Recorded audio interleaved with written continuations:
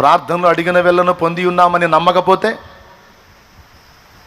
పొందిన తర్వాత చూడమన్నాడా, లేకపోతే అడిగినప్పుడే పొందామని నమ్మమన్నాడా? పెద్దగా చెప్పండి. ఈరోజు నువ్వు మోకాళ్ళుని అడిగావు, ఎన్నో సంగతులు అడిగావు, దేవుని పాదాలు పట్టుకొని గోసాడావు, అవన్నీ దేవుని చెంతగా చేరని అని నిశ్చయిత ఉంది. మరి జవాబు వచ్చిందనే నమ్మకం ఉందా?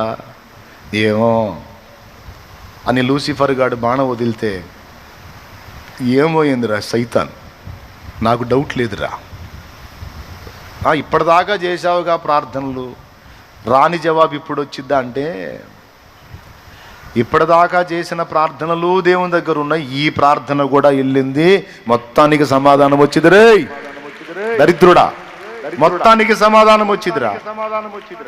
నేను ఎన్ని కన్నీరు గార్చన్న మొత్తం బుడ్డిలో దాచిపెట్టాడు నా దేవుడు. నా ప్రార్థనలన్నీ చేర్చుకున్నాడు. నా మనవులు మానక ఆయన యొద్దకు వెళతానే ఉన్నాయి, అవి ఆగవు. నా తండ్రి అప్పుడే జారీ చేశాడు, నా బిడ్డకు సమాధానం ఇవ్వండి, పోండి, జవాబు చెప్పండి అని.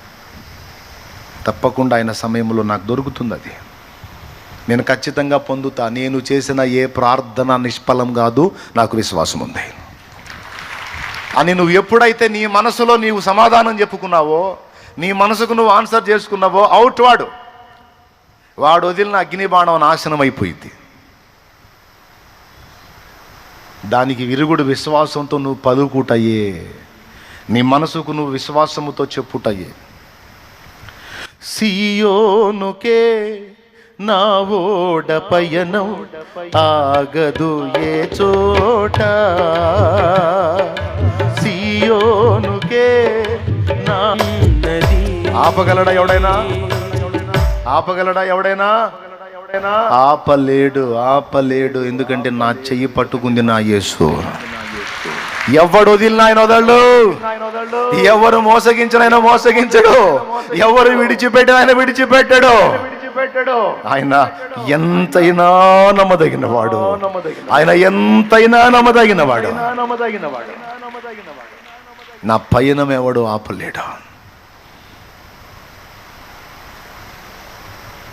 చెప్పాలి, నా ప్రార్థన విన్నాడనే విశ్వాసం నాకుందిరా. ఇంతకుముందు కూడా చాలా చేసావు, ప్రతిదీ విన్నాడురా. నా దేవుడికి ఏం చెవుడారా? విన్నాడా? నీలాంటి వాళ్ళ ప్రార్థన కూడా వింటాడా? పెద్ద తేడాగా నువ్వు పెద్ద తేడాగా. నీలాంటి అపవిత్రమైన క్రియలు చేసేవాళ్ళు